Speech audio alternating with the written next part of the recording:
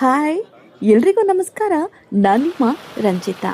ಯಶವಂತಪುರ ವಿಧಾನಸಭಾ ಕ್ಷೇತ್ರದ ಕೆಂಗೇರಿ ಬ್ಲಾಕ್ ಅಧ್ಯಕ್ಷರಾದ ನಾಗರಾಜು ಅವರ ಹುಟ್ಟುಹಬ್ಬವನ್ನು ಅಭಿಮಾನಿಗಳು, ಸ್ನೇಹಿತರು, ಊರಿನವರು ಸೇರಿ ಬಹಳ ಅದ್ಧೂರಿಯಾಗಿ ಹುಟ್ಟಿದ ದಿನವನ್ನು ಹಬ್ಬವನ್ನಾಗಿ ಆಚರಣೆ ಮಾಡಿದರು.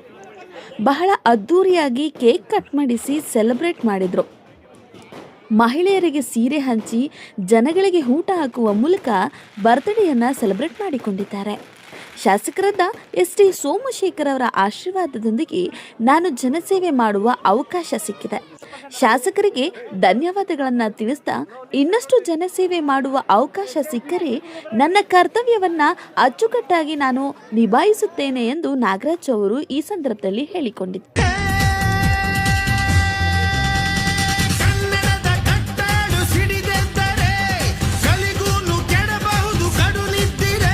ಜನಗಳ ಸೇವೆ ತುಂಬ ವರ್ಷದ ಮಾಡ್ಕೊಂಬರ್ತಾ ಇದ್ದಾರೆ.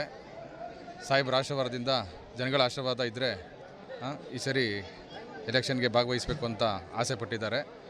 ಜನಗಳ ಸೇವೆ ಮಾಡಿದ್ದಾರೆ. ಜನಗಳ ಋಣ ತೀರಿಸುವಂಥ ಭಾಗ್ಯ ಅವ್ರಿಗೆ ಕೊಡಲಿ ಅಂತ ನಾನು ತಾಯಿ ಎಲ್ಲಮ್ಮನ ಹತ್ರ ಬಂಧುಗಳು ಬಂದು ನನ್ನ ಹುಟ್ಟುಹಬ್ಬವನ್ನು ಎಷ್ಟು ವಿಜೃಂಭಣೆಯಿಂದ ಮಾಡಿದರೆ ಭಾರಿ ಸಂತೋಷ ಆಗ್ತಾ ಇದೆ.